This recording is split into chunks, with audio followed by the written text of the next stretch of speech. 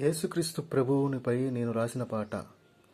నీ సన్నిధి కావాలని కోరుకునేవారే ఇలా ధన్యులు. మా పెన్నిది నువ్వేనని సువార్త ప్రకటించువారే కలిపుణ్యులు.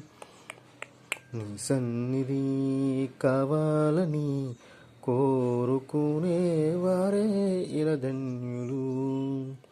రంగుల లోకం ఇది, హంగుల లోకం, ఉద్ధరించబడతామా అనుకోకునేస్తమా.